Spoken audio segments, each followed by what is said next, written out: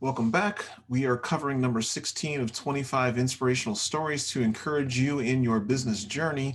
Again, we want to look at some other folks who have maybe struggled or not had success immediately and had some failures, and to encourage you to keep fighting and to fight off apathy and discouragement. And so, again, I want to encourage you, if you haven't already, to hit the thumbs up, hit the subscribe button, and hit the alert button.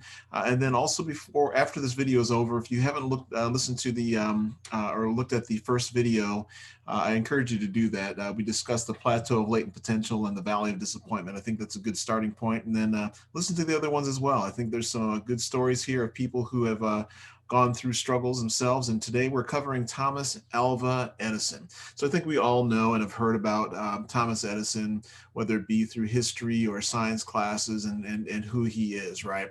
But I'll give you a little bit of background in terms of Thomas Edison. He was born in Milan, Ohio on February 11th, 1847, and his family actually moved to Port Huron, Michigan in 1854 at the age of 7. And if you go to Greenfield Village here in the Metro Detroit area in Dearborn, Michigan, there's actually a good chunk of space dedicated to him and his time here in Michigan.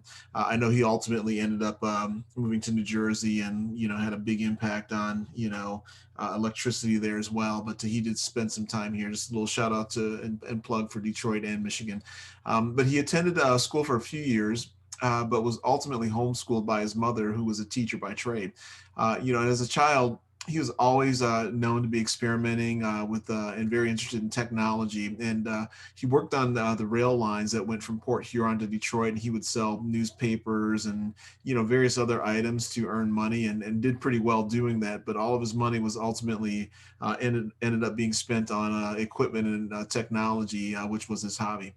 So some of the failure, which again, some of these things that I put as the failure is not necessarily a failure, right? But at the age of 12, he developed hearing problems. And through scarlet fever, you get ear infections, and ultimately he was, identified as deaf and labeled as deaf. And so he was. It was also said that he made up elaborate stories about his disability, which, again, I can get that as a kid if you can't hear, and why he would do that.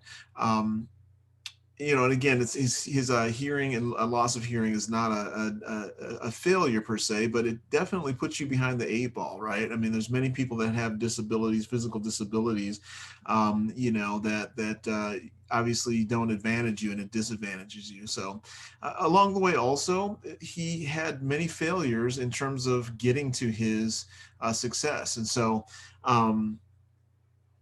he basically failed over 1,000 times while trying to perfect the light bulb, right? And when asked about, his failing over 1,000 times, he's being given credit for quoting, being said that I didn't fail 1,000 times. The light bulb was an invention with 1,000 steps, right? And I think that's interesting perspective to also consider, is that, that's not how he viewed his failures, right? It took, a while to actually figure it out. But I mean, look at what he did for technology and society by failing those 1,000 times, or as he said it, it was just 1,000 steps that it took me to, make the invention. And I think the most critical thing that I want you to point out here is this next quote that he's given credit for, is that great success is built on failure, frustration, and even catastrophe.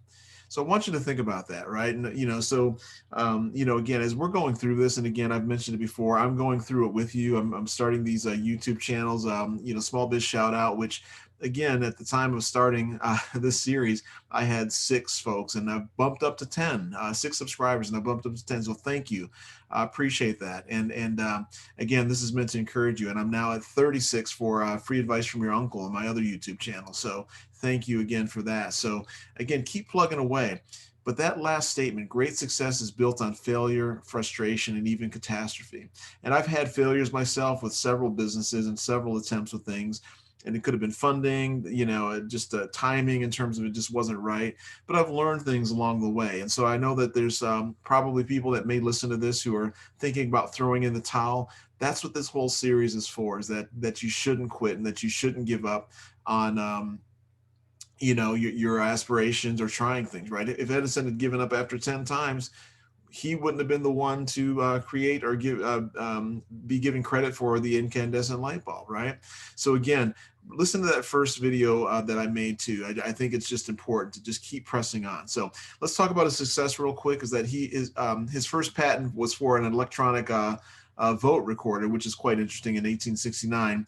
And he's also credited with securing over 1,090 plus patents, right? So some of them are, the incandescent light bulb, which you talked about, the phonograph, the carbon telegraph transmitter, and the also electric power distribution. There's a book that details out Nikola Tesla's life and his battle with Edison, back in the day out east in New Jersey. So, but anyway, I'm hoping that these stories are, encouraging you to not give up, after one try. If you failed before, or if you're in the process of failing right now, don't give up.